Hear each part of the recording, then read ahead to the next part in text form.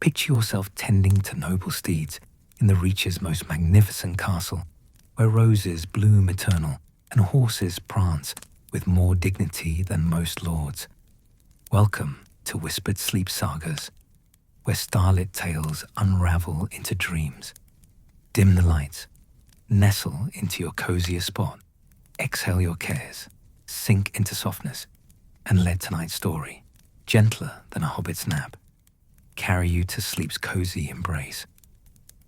If this tale lulled you toward dreams or made you chuckle like a lordling falling off their high horse, give it a like and subscribe. No pressure. My ego's as sturdy as a Tyrol rose in winter, but your support keeps the firelit stories burning. The morning sun rises over Highgarden like a golden coin blessed by the Seven, casting its warmth across the Reach's most verdant jewel. Here, where the Mander winds through fields of green and gold, where roses bloom in defiance of season and sense, stands the seat of House Tyrell, a castle that makes other keeps look like peasant hovels with delusions of grandeur. You wake to the sound of horses nickering in the pre-dawn hush, their gentle calls mixing with the whisper of wind through rose-heavy gardens that stretch as far as the eye can see. Your name is Gareth, and you are a stable hand in this paradise of petals and pride. Not a knight, not a lord, not even a man-at-arms, just someone who knows that horses are infinitely more honest than the courtiers who ride them. Your calloused hands speak of years spent with leather and hay, your sun-weathered face testament to countless mornings like this one. The stable master, old Willem, chose you 3 summers past for your steady way, with even the most temperamental destrier, though he'd never admit it was your ability to make the horses laugh with your terrible jokes about knights and their overcompensation. The stables of Highgarden are no ordinary wooden sheds reeking of manure and neglect.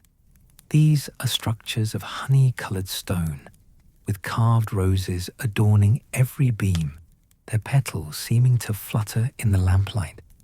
Vines of climbing roses cascade down the walls in waterfalls of pink and gold, their fragrance mingling with the earthier scents of leather, oats, and the sweet hay that grows nowhere better than in the Reach's sun-drunk fields. Even the cobblestones beneath your feet are arranged in patterns that echo the rows of House Tyrell, because in Highgarden, everything must be beautiful, even the ground where horses relieve themselves with aristocratic dignity. You stretch, joints creaking like old leather, and pad barefoot across your small chamber above the stables. The floor is worn smooth by generations of stable hands who came before you, each leaving their mark in scuffed wood and careful repairs. Your window looks out over the training yards where knights practice their prancing. Excuse me, their martial prowess. And beyond that, the gardens that make Highgarden legendary. Roses bloom in every hue imaginable, crimson like spilled wine, white like snow that never falls here, yellow like summer butter, and pink like the blush on a maiden's cheek after she's caught staring at a handsome stable boy. Not that you'd notice such things, being far too busy mucking stalls and pretending not to eavesdrop on the gossip that flows through these walls like wine at a feast. The Reach has always been the realm's garden, where the soil is so rich it practically begs seeds to grow, where the rivers run sweet and the harvests come so thick that other kingdoms eye the bounty with a sort of jealousy usually reserved for a rival's prettier sister. House Tyrell has ruled here for 3 centuries, ever since the last of the Gardener kings burned with his army on the field of fire, leaving behind only ash and opportunity. The Tyrells were stewards then risen from counting coppers to counting crowns, proving that sometimes the smart money isn't on the dragon. It's on knowing when to bend the knee before you get turned into charcoal. You pull on your worn leather jerkin, the one that's been patched so many times it's more patched than original garment, and lace your boots with the sort of methodical care that comes from knowing a day in the stables rewards preparation. The leather is soft from years of wear, molded to your feet like old friends who never judge you for that time you tried to impress a kitchen maid by riding bareback and ended up decorating a rosebush with your dignity. The pre-dawn air carries the mingled scents of roses and horses, hay and dew, mixing into something that can make even a Stark smile, if they weren't too busy brooding about honor and winter to notice beauty when it blooms right under their frost-bitten noses.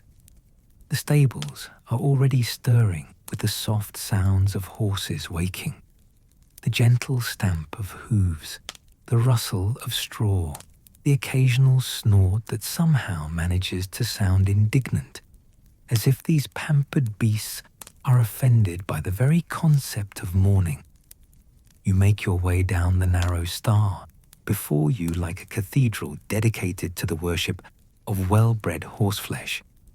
Stalls line both walls, each one spacious enough to house a minor lord's entire wardrobe, with gates of wrought iron worked into rose patterns, because even the horses' doors must be beautiful in Highgarden. The morning light filters through high windows, casting golden bars across the straw-scattered floor, illuminating motes of dust that dance like tiny courtiers in an endless, pointless dance. Your first charge is Rose Patel, a mare so named for her pink-tinged coat and her tendency to act like she's been personally insulted by the existence of saddles. She's a Tyrol rose in horse form, beautiful, pampered, and possessed of thorns sharp enough to humble any man who approaches without proper respect. As you approach her stall, she turns to regard you with dark eyes that seem to say, "You're late, and my breakfast had better make up for this." Inexcusable delay in service. "Good morning to you too, your ladyship," you murmur, producing an apple from your pocket. Not just any apple, but one of the sweet red ones from the castle's orchards, where even the fruit grows with more dignity than a Lannister's pride. Rose Petal accepts the offering with the gracious condescension of a queen receiving tribute from a barbarian, her velvet lips tickling your palm as she delicately relieves you of your morning bribe. The routine of stable work has its own rhythm, like a song written in leather and grain.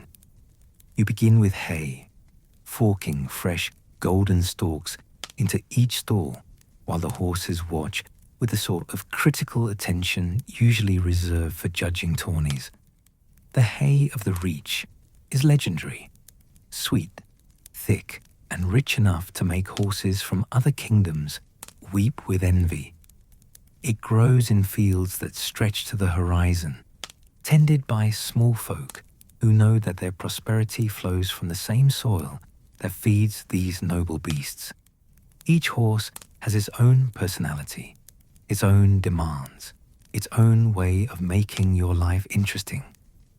There's Thunderhoof, a destrier black as a moonless knight who belongs to Sir Marcus, a knight so concerned with his image that he has his armor polished twice daily and his horse's hooves oiled to a mirror shine. Thunderhoof, however, has developed the annoying habit of stepping on your foot whenever you're not paying sufficient attention, as if he's personally offended by any lapse in focus during his grooming. Then there's Buttercup, a gentle palfrey whose name might sound ridiculous, but whose temperament makes her the perfect mount for Lady Alara, the castle's resident expert on which flowers mean what and why you should never give a girl daisies if you mean to propose. Buttercup has never met a person she didn't like, though she's developed a concerning fascination with stealing hats. Your own cap has gone missing more times than you can count, usually found later being worn at a jaunty angle by a horse who seems to think fashion is a game she's winning. As you work, the castle begins to wake around you.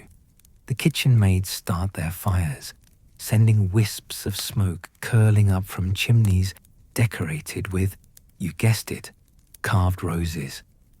The scullery boys begin their eternal battle against the previous night's feast, their grumbling carried on the morning breeze, like a lament for lost sleep. Guards change at the walls, their armor catching the early light and sending sparkles across the gardens like fallen stars that decided Earth was more interesting than heaven. The gardens of Highgarden are the true crown jewel of the Reach, and from the stable windows you can see gardeners already at work among the roses. These aren't your common village flowers. These are roses bred for generations to bloom larger, brighter, and longer than nature ever intended.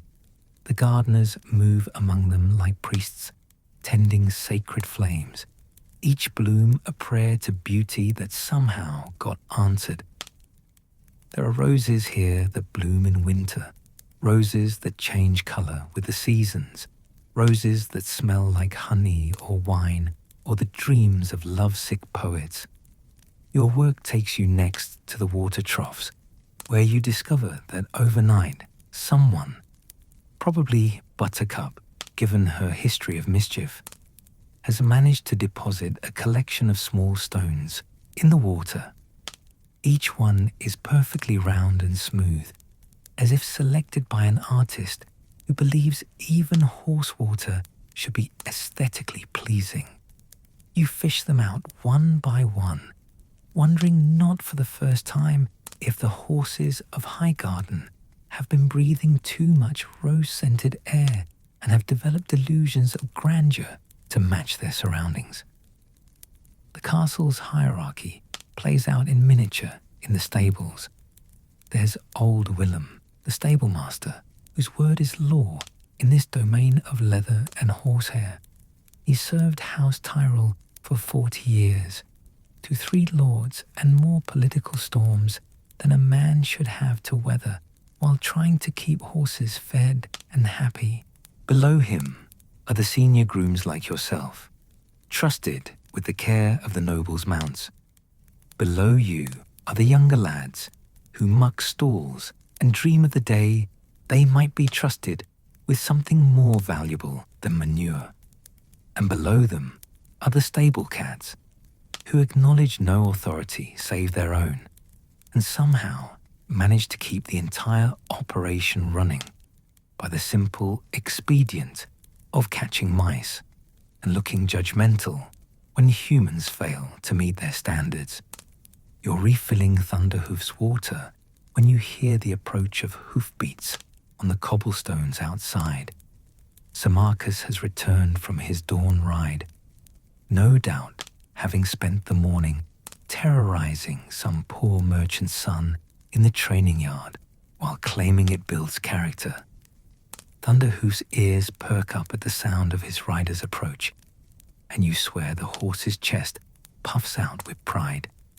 Even the horses here have developed egos to match their riders.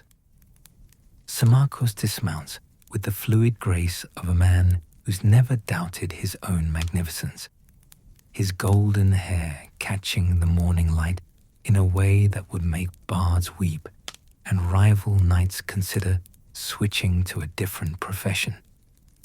He nods to you with the sort of casual acknowledgement that says, "I see you exist," and I suppose that's fine, though I can't imagine why you'd choose such a mundane existence when you could be admiring my obvious superiority. "Gareth," he says, handing you Thunderhoof's reins. See that he gets an extra measure of oats today. We've been practicing for the tournament, and he's earned it. You nod, accepting the reins from hands that have never known calluses, never ached from honest work, never had to choose between buying new boots or eating for a week. But there's no resentment in your acceptance, only the quiet satisfaction of a man who knows his worth doesn't depend on others' recognition. Besides, Sir Marcus might be vain as a peacock and twice as loud, but he genuinely cares for his horse, and in your book, that counts for something. As you lead Thunderhoof back to his stall, the destrier snorts and tosses his magnificent head, still wound up from the morning's exercise. His coat gleams like polished obsidian, each muscle clearly defined beneath skin that speaks of careful breeding and better care. You run your hands along his neck and shoulder, checking for heat or swelling, your fingers reading the story his body tells. All good.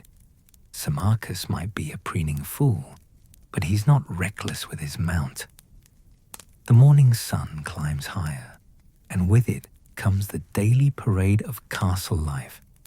Servants scurry past the stable doors, carrying everything from freshly baked bread to polished silver, their arms full of the 1,000 small necessities that keep a great house running. A group of washwomen passes, their baskets loaded with linens that smelled of lye and lavender, their chatter a running commentary on the romantic entanglements of everyone from scullery maids to visiting lords. You're brushing down rose petal when you overhear one of them mention something that makes your ears prick up like a hound scenting game. Found another one of those roses this morning, she's saying to her companion, right outside Lady Margary's window, blooming blue as winter sky. Cook says it's the third one this month. Blue roses. Now that's interesting. Roses don't bloom blue in nature. Every gardener in the 7 kingdoms knows that. Yet here they are, appearing around Highgarden like gifts from some flower-obsessed god with a flair for the dramatic. The washerwomen move on, but their words linger in your mind like the last notes of a half-remembered song. The morning routine continues. Fresh straw in every stall, oats measured with the precision of a meister, calculating star charts, bridles and saddles checked for wear and properly stored.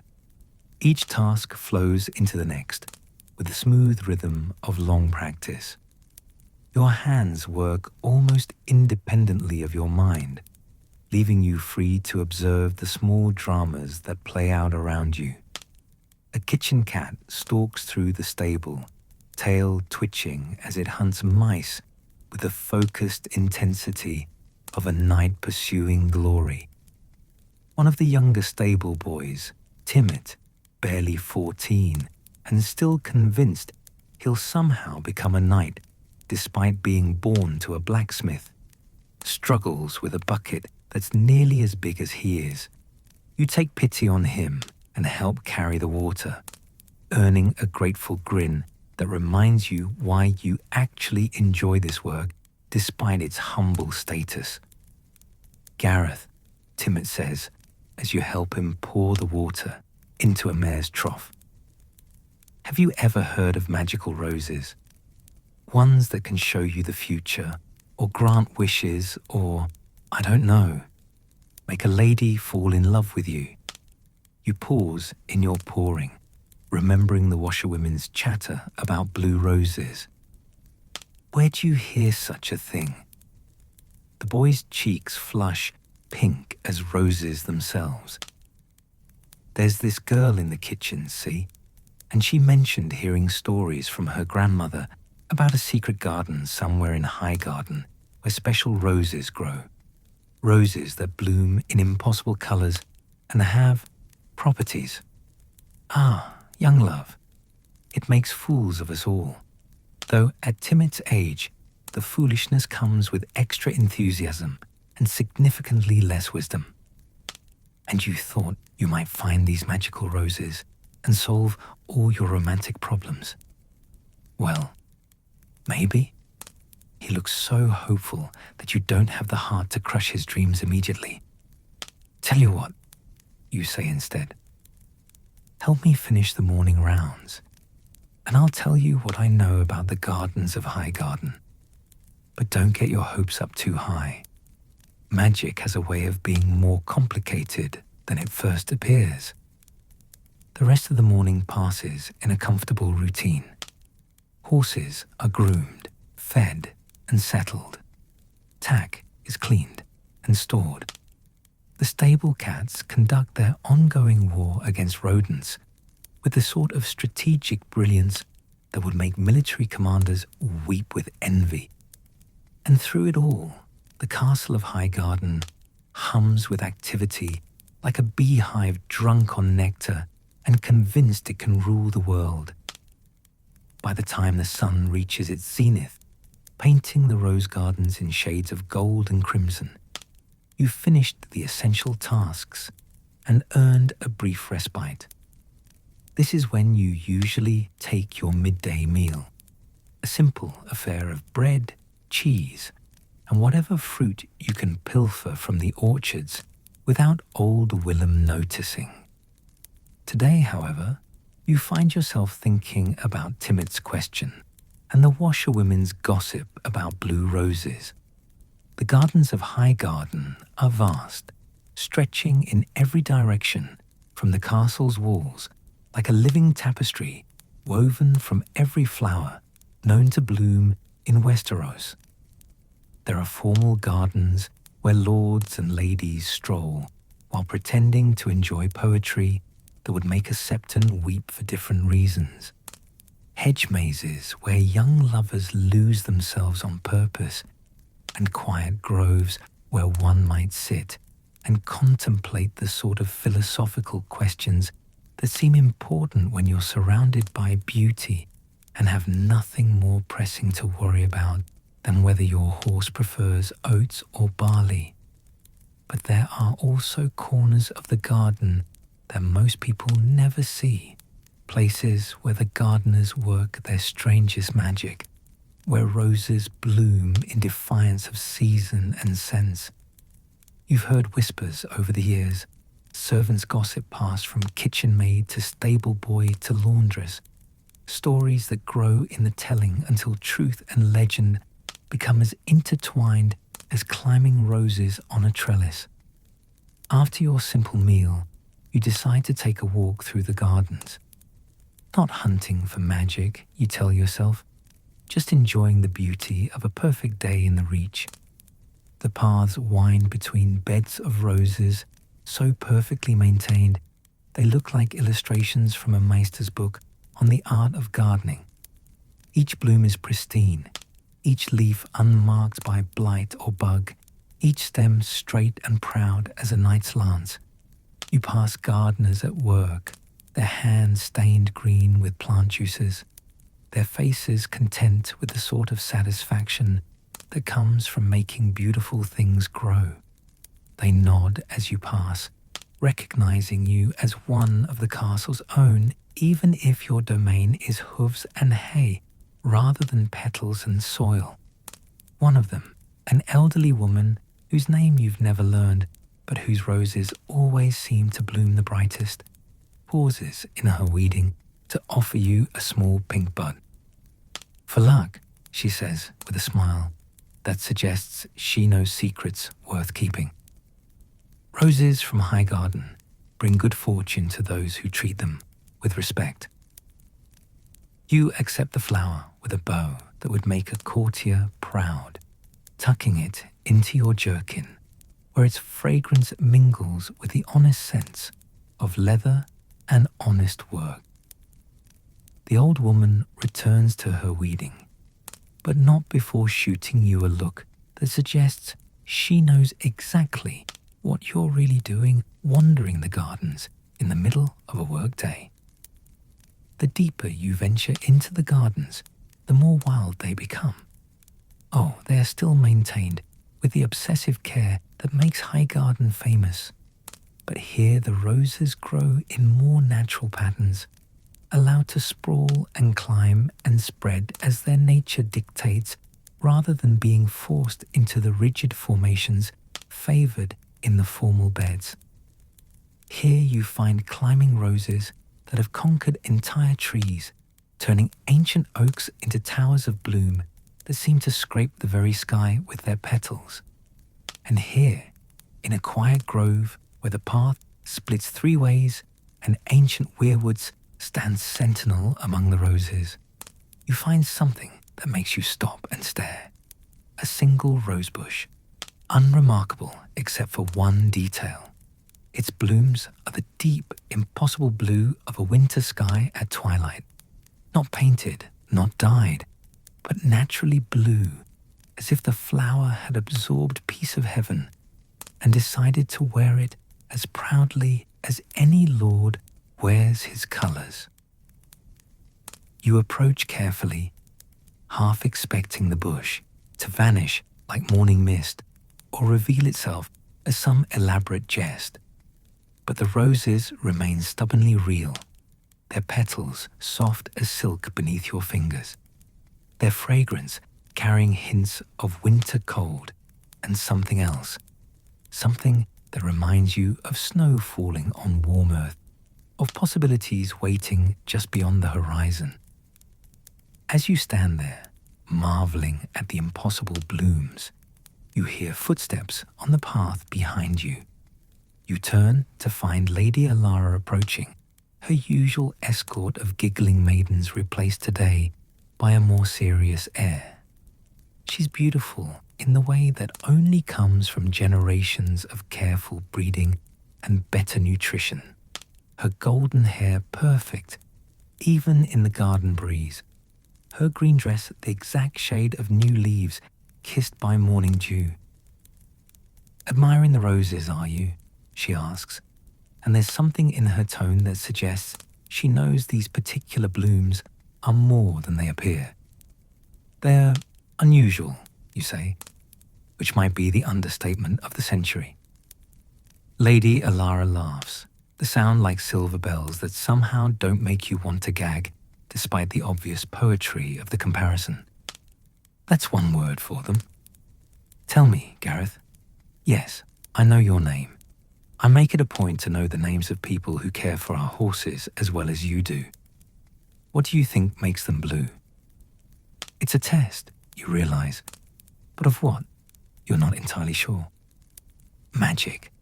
You hazard, then feel foolish for the guess. "Perhaps," she says, moving to stand beside you in front of the impossible roses. "Or perhaps it's something simpler. Love, loss, hope, dreams. Sometimes the strongest magic is the most human." She reaches out to touch one of the blue blooms, and for a moment you swear you see something in the flower's depths. Images that flicker and shift like reflections on disturbed water. A night you don't recognize, riding toward a distant castle. A woman in a tower, watching the horizon with desperate hope. A child playing in gardens that might be these very gardens, but changed, aged, grown wild with time and neglect. "What do you see?" Lady Alara asks softly. I'm not sure," you admit. "Visions, memories, dreams, all of those, perhaps," she says. "The roses of Highgarden have always been more than they appeared. We've cultivated them for 300 years, bred them not just for beauty, but for other qualities. These blue ones are the rarest, and they bloom only when something significant is about to change." The implications of her words settle over you like morning mist. Change? What kind of change?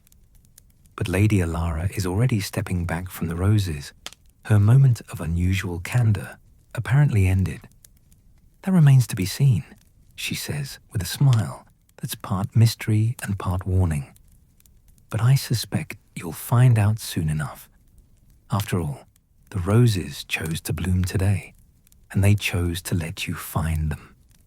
She walks away, leaving you alone with the impossible blue roses and a head full of questions that feel too large for a simple Stablehand to carry. You stand there for a long moment, trying to make sense of what you've seen and heard. But the roses keep their secrets as closely as any lord guards his gold. Eventually, duty calls you back to the stables. There are afternoon chores to complete, horses to exercise, tack to maintain. But as you work, your mind keeps drifting back to those blue blooms and Lady Alara's cryptic words. Magic in Highgarden.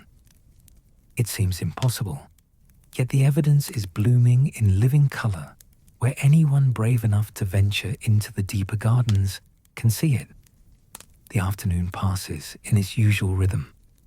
You lead horses to the training yards, where knights practice their swordplay with the sort of enthusiasm that makes you grateful you chose a profession involving less potential for sudden death.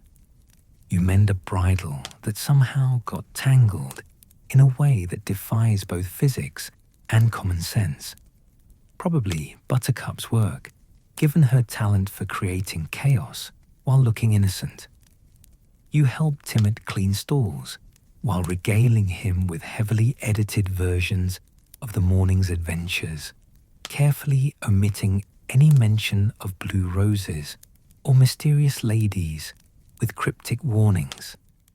As evening approaches, painting the sky in shades that would make the roses jealous, you find yourself thinking about the nature of magic. Growing up in the Reach, you've heard all the stories. The ancient pact between the Gardener Kings and the spirits of growing things. The whispered tales of roses that bloom in response to true love or approaching doom. The legends of gardeners who could make flowers bloom with a touch and wither with a glance. Most people dismiss such stories as peasant superstition, the sort of tales that grow in the telling, until a lucky harvest becomes proof of mystical powers and a particularly beautiful garden becomes evidence of otherworldly intervention. But after today, after seeing those impossible blue blooms and the visions that seem to dance in their depths, you're not so sure. The evening routine begins.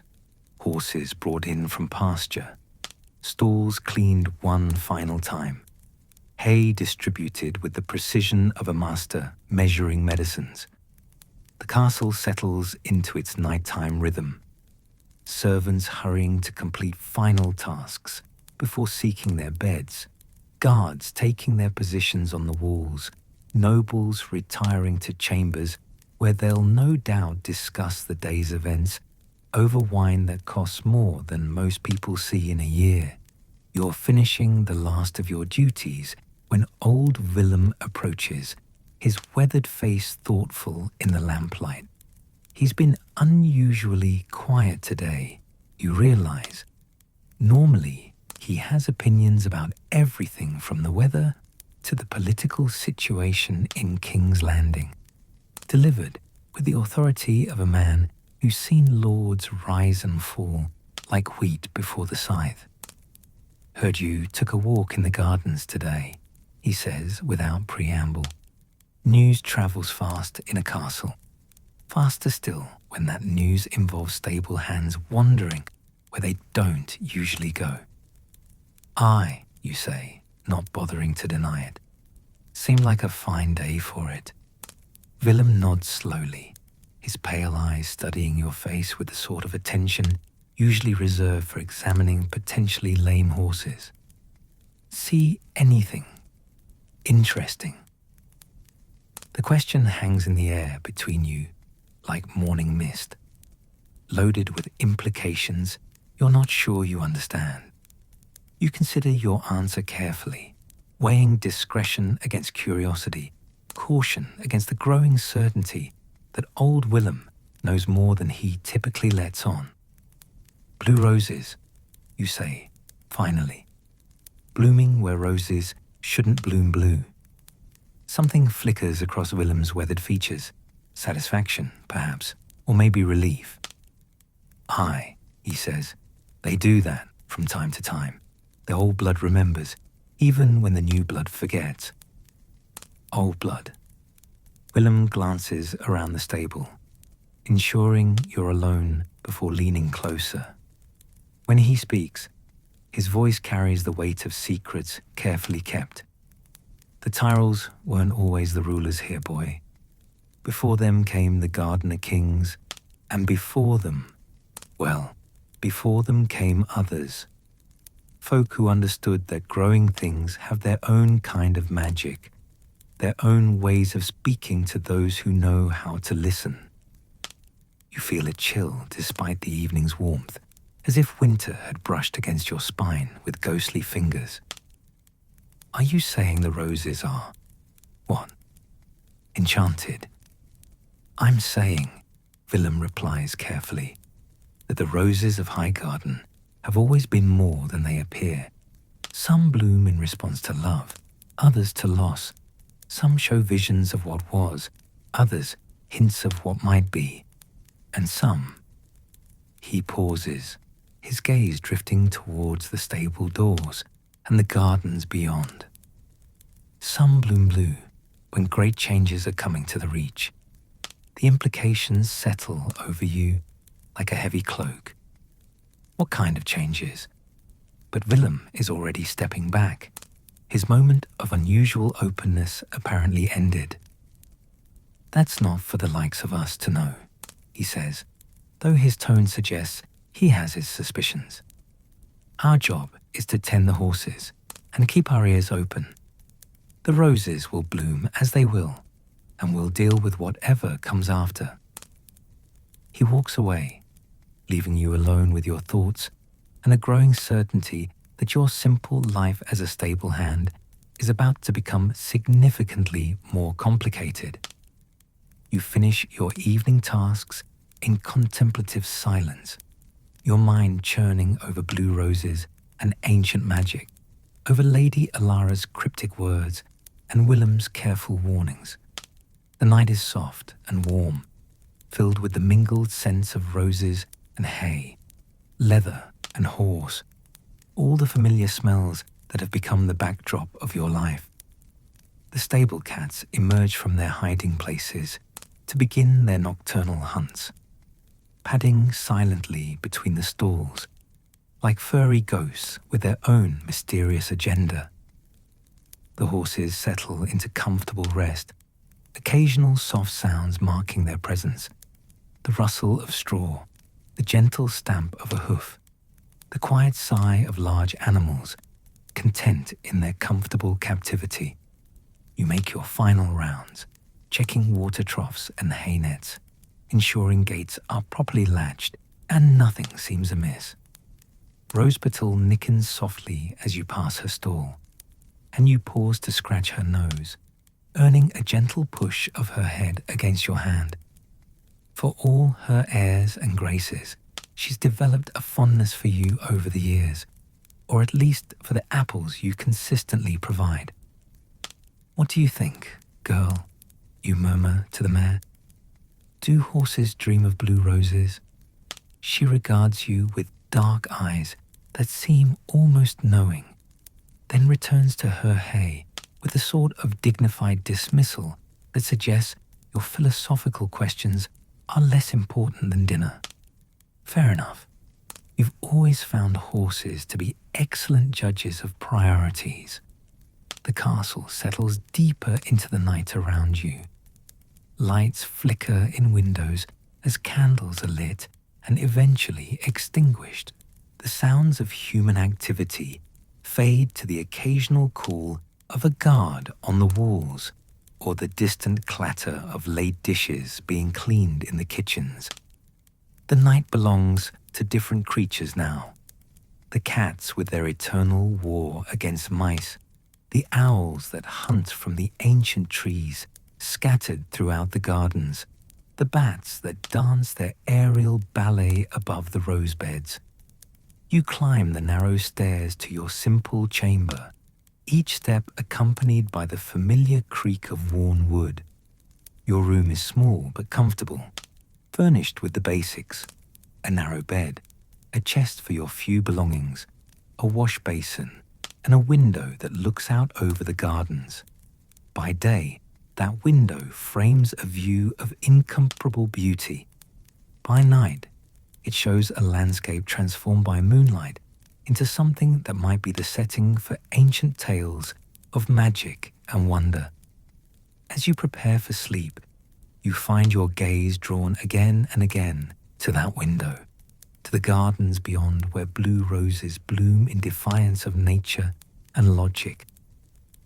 Somewhere out there, Lady Alara had suggested, changes are coming to the Reach.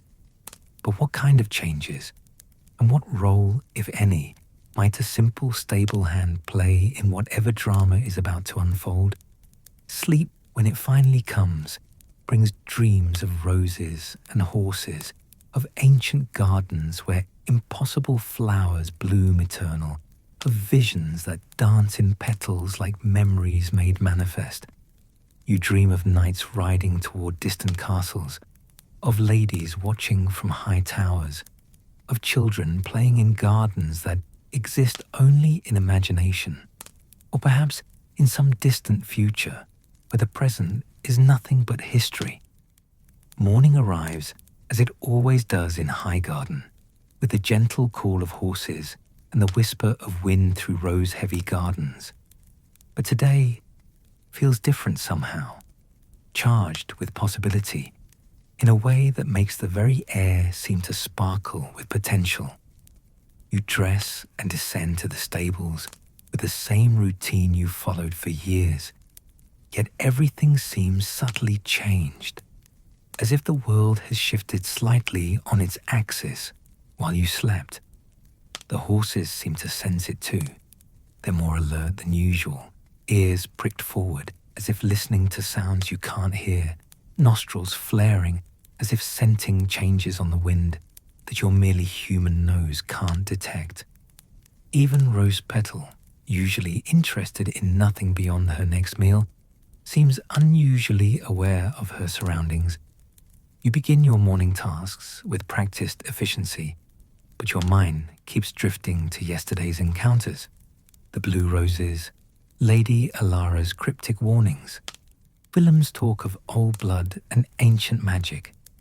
It all feels like pieces of a puzzle you don't quite know how to assemble. And underlying it all is a growing sense that your quiet life is about to become anything but quiet. The morning sun climbs higher, painting the gardens in shades of gold and green, rose and amber. The castle awakens around you with its usual bustle of activity, but today there seems to be an undercurrent of excitement, a buzz of anticipation that runs through servants and nobles alike. Something is happening, or about to happen, though exactly what remains frustratingly unclear.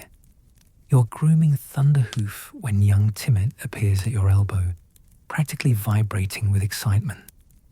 "Gareth," he whispers urgently, "you have to see this." "See what?"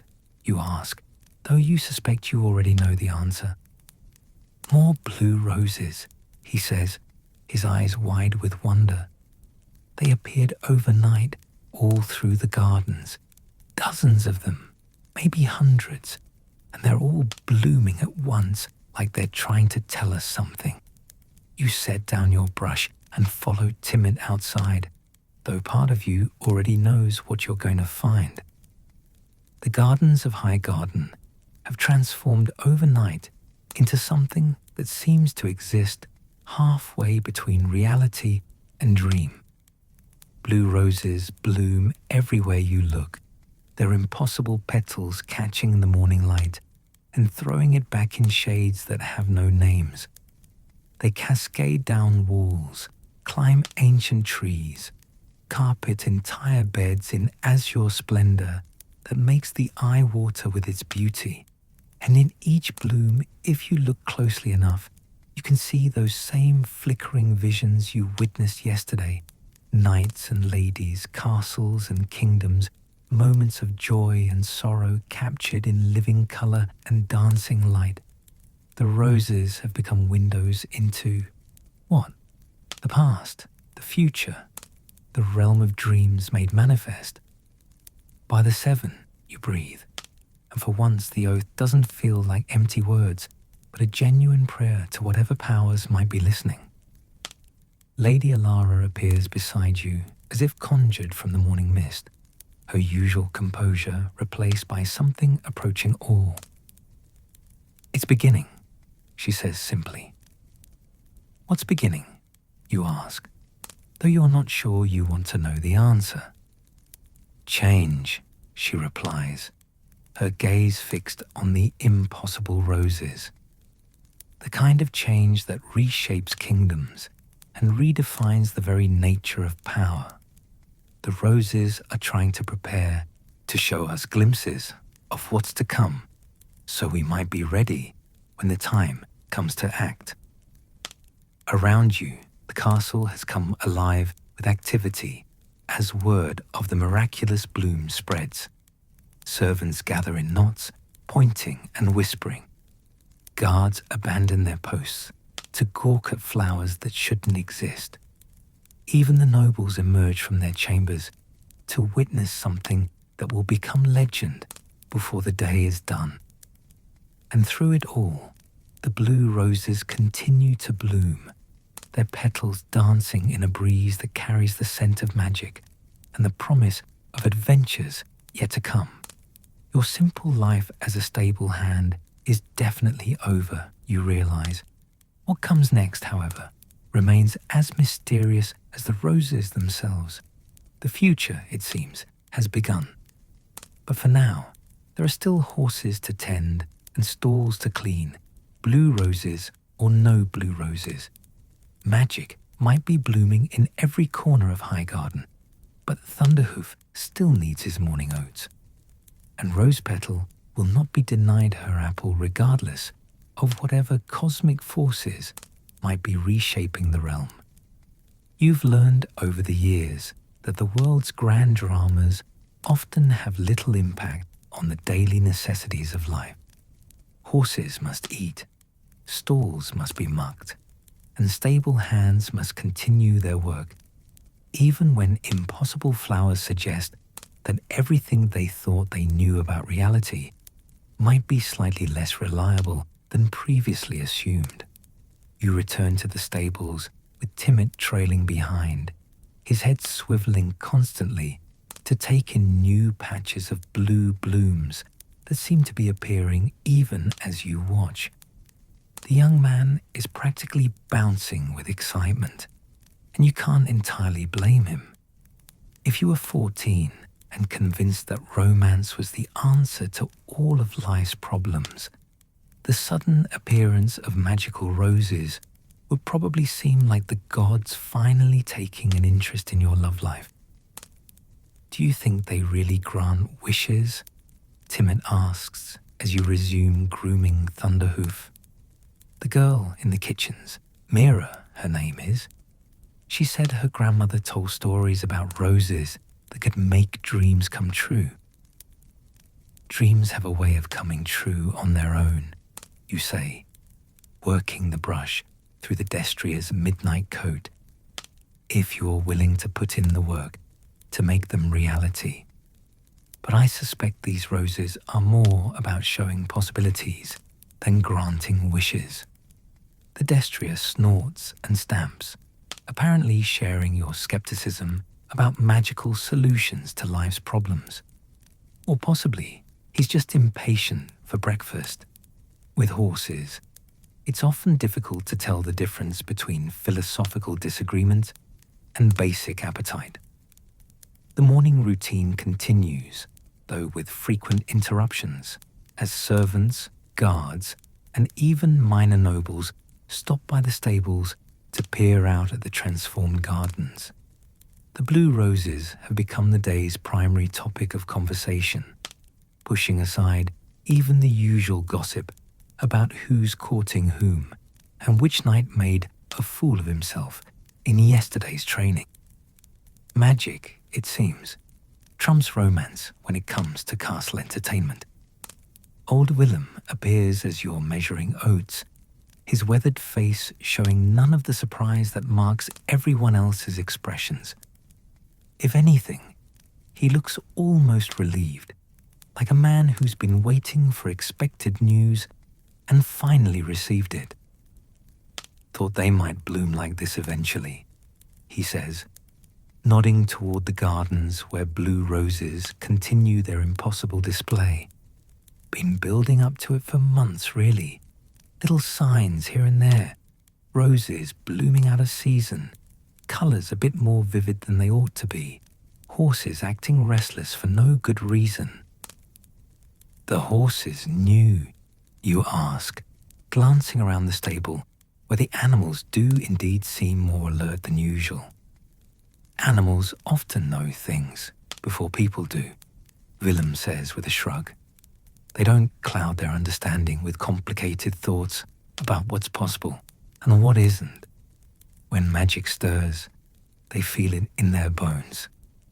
As if to prove his point, Rose Petal chooses that moment to whicker softly and nod her head toward the gardens, where a new patch of blue roses has just burst into bloom beneath your very eyes. The sight is so beautiful it almost hurts to look at, like staring directly into a sunset or trying to hold starlight in your palm. The afternoon brings visitors to Highgarden, riders arriving with the urgent haste that suggests important news travelling on swift horses.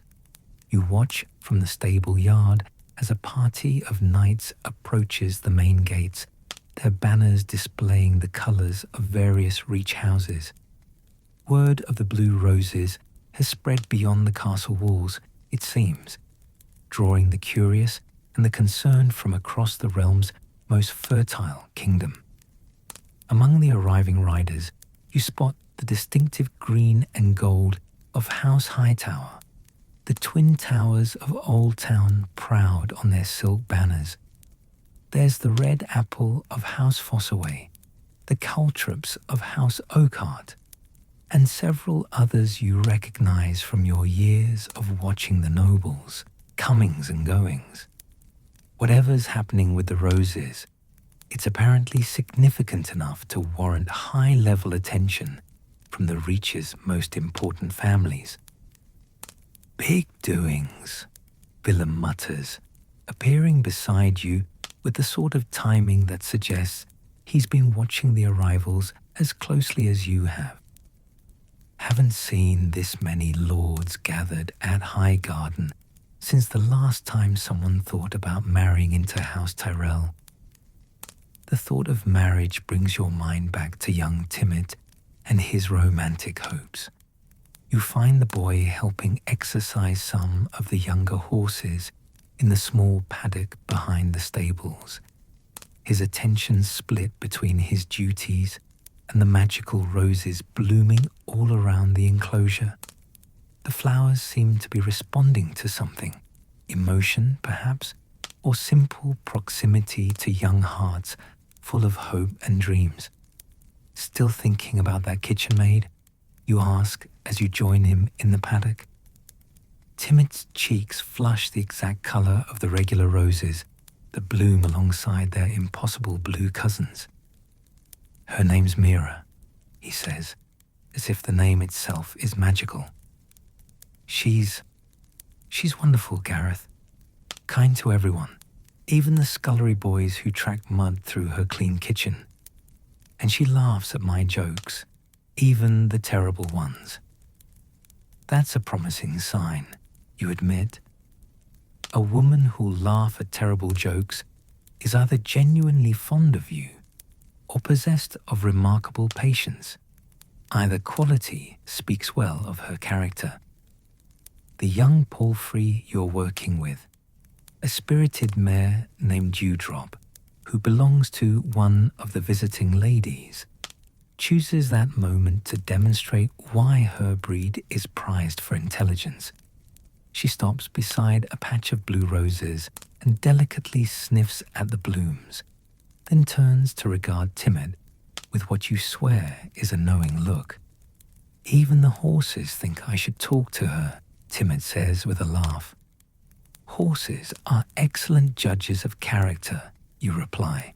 If Dewdrop approves of your romantic inclinations, you're probably on the right track. The afternoon wears on with its usual mix of routine tasks and unusual interruptions. More riders arrive. More nobles gather in the castle's great hall for what you assume are serious discussions about the sudden appearance of magical roses.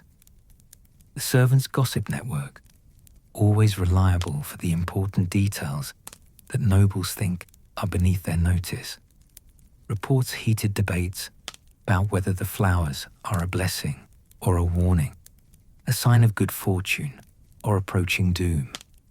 Meanwhile, you continue with the practical business of keeping horses healthy and happy. There's a certain comfort in the routine, a grounding quality to work that remains necessary regardless of whatever magical or political upheavals might be reshaping the world around you. Horses need food, water, and care, whether roses bloom blue or red or any other color. Stalls need cleaning, tack needs maintenance, and someone has to ensure that when lords want to ride off in huffs or hurries, their mounts are ready for whatever drama is about to unfold. As evening approaches, the blue roses begin to glow with their own soft light, as if each bloom contains a captured star that's finally decided to shine. The effect is breathtaking. The entire garden seems to pulse with gentle radiance, turning Highgarden into something that belongs more in fairy tales than in the pragmatic world of politics and trade that usually governs life in Westeros.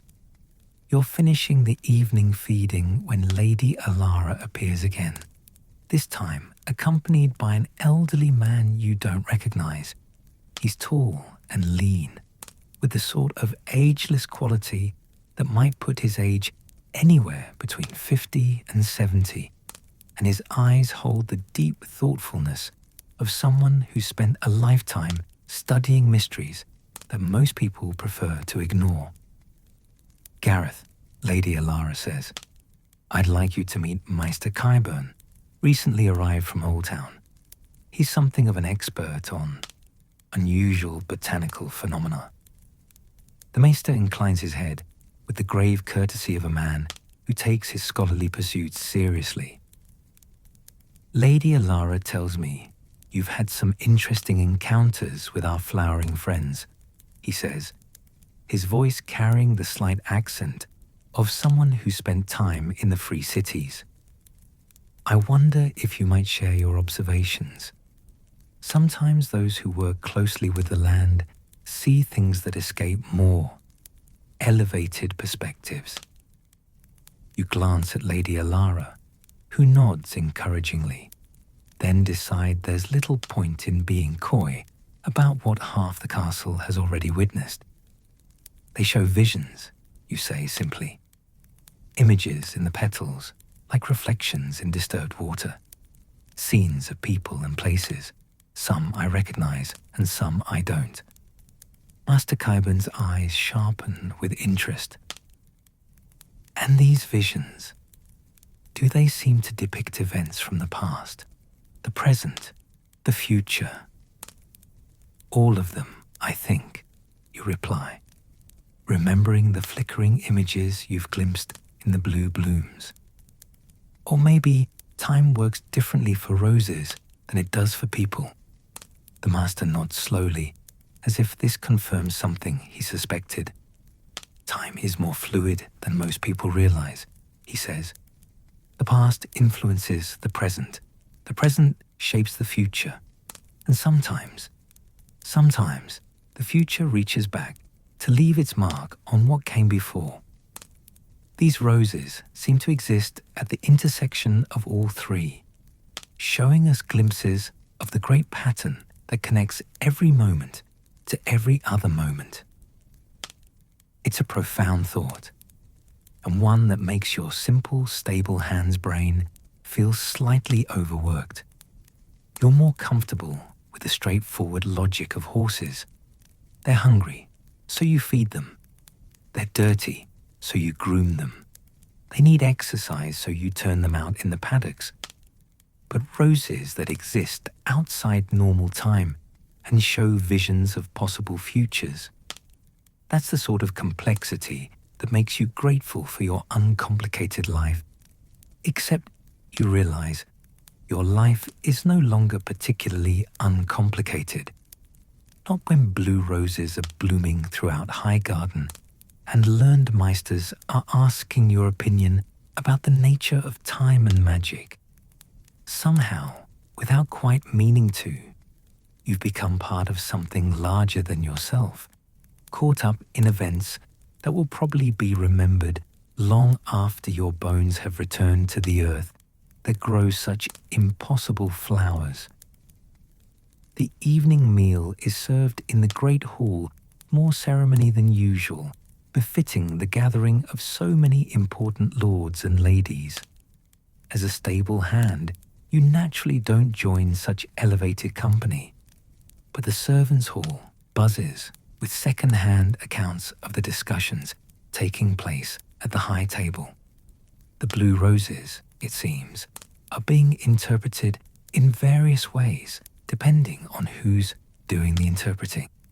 Some see them as a blessing from the seven, others as a sign of the old god stirring, and still others as a warning of changes coming to the seven kingdoms that will make the recent wars look like minor disagreements.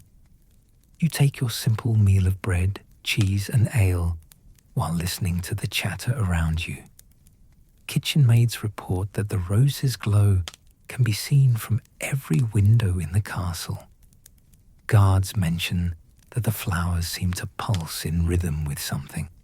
Perhaps the moon, perhaps the tides, perhaps the heartbeat of the earth itself. Even the castle's cats, usually indifferent to human concerns, have been observed sitting among the blue blooms as if basking in their strange radiance. After dinner, you make your final rounds of the stables, checking on each horse and ensuring all is secure for the night. The animals seem calmer now, as if whatever restlessness had affected them earlier has been soothed by the rose's gentle glow. Rose petal nickers softly as you pass her stall, and when you pause to scratch her nose, she pushes her head against your hand with unusual affection. You feel it too, don't you, girl? You murmur. Whatever's changing, whatever's coming. You sense it in ways I can't even imagine. The mare regards you with dark eyes that seem deeper than usual, as if the blue rose's magic has awakened something ancient in all the creatures of Highgarden. Then she returns to her hay with the practical contentment of an animal that has accepted mystery as simply another part of life's rich tapestry. You climb to your chamber as the castle settles into its nighttime rhythm. But tonight feels different from any other night you've experienced. The blue roses continue their gentle luminescence, turning the gardens into a landscape of dreams made visible.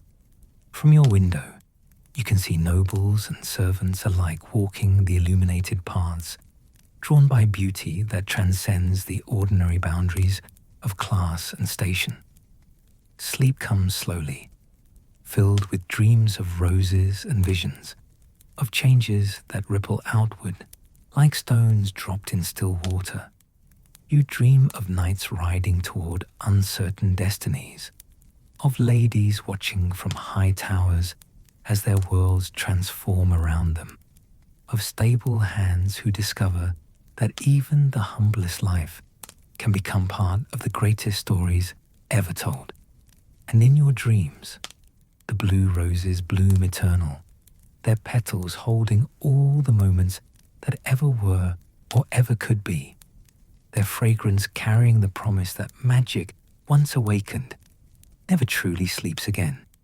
Tomorrow will bring new wonders, new challenges, new opportunities to discover just how extraordinary an ordinary life can become when touched by forces beyond mortal understanding. The dawn of the next day brings with it a revelation that makes yesterday's miraculous blooms seem like mere prelude to something far grander. You wake not to the usual gentle sounds of horses stirring, but to an almost musical humming that seems to emanate from the very stones of Highgarden itself. The blue roses, visible through your chamber window, pulse with a rhythm that matches your heartbeat, as if the flowers have somehow synchronized themselves with the life force of every creature within the castle walls. Dressing quickly, you make your way down to the stables to find the horses in a state of unusual excitement. Not distress, excitement. Their eyes are bright with intelligence that seems sharpened by whatever magic permeates the air. And when you approach Rose Petal's stall, she nickers a greeting that sounds almost like words in a language you don't quite understand but somehow comprehend anyway. The morning routine takes on an almost ceremonial quality. Each task, filling water troughs, distributing hay, checking hooves and coats, feels weighted with significance beyond its practical purpose.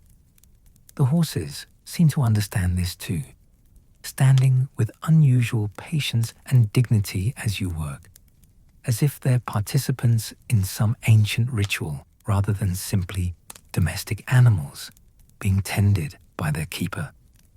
Young Timon appears as your grooming Thunderhoof, but today the boy carries himself differently.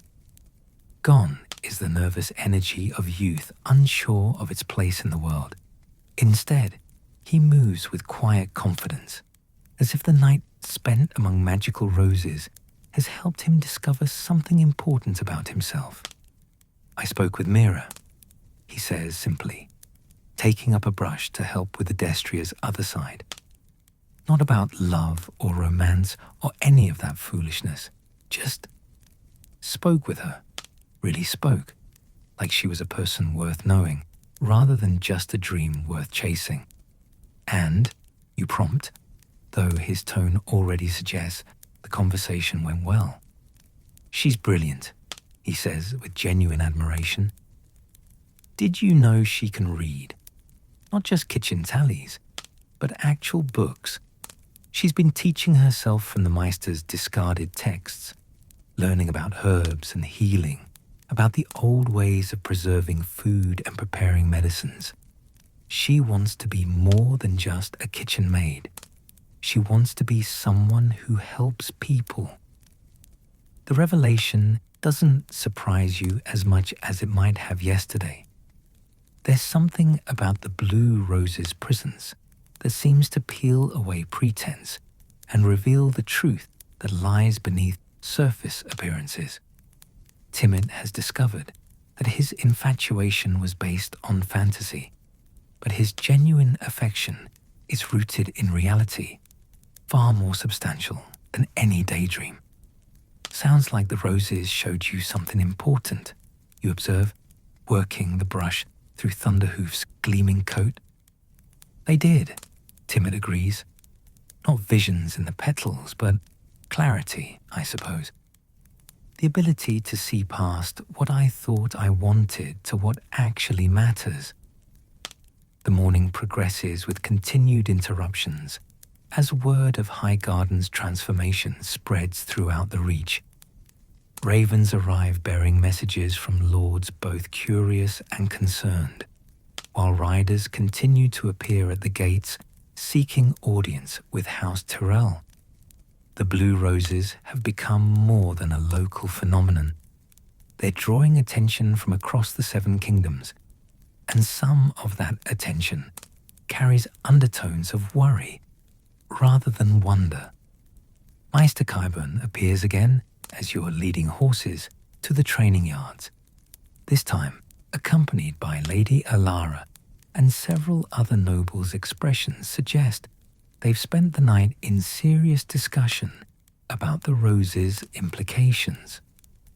"Gareth," the master says, "we've been considering the timing of these blooms, and we'd value your perspective as someone who works closely with the rhythms of Highgarden.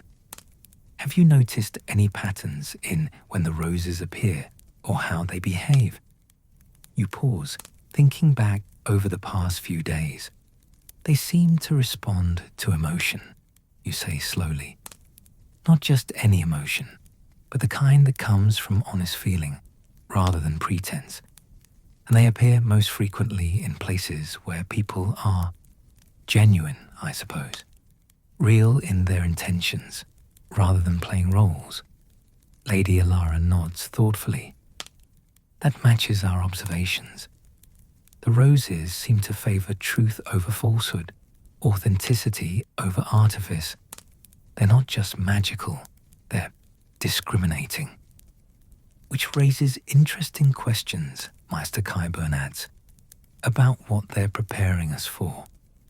If the roses favor truth and authenticity, perhaps they're trying to prepare Highgarden, and by extension, the Reach, for a time when such qualities will be essential for survival. The implications hang in the air like morning mist, loaded with possibilities both hopeful and ominous. Change is coming to the Seven Kingdoms. That much seems certain. But whether that change will bring peace or war, prosperity or hardship, remains hidden behind veils that even magical roses cannot entirely penetrate.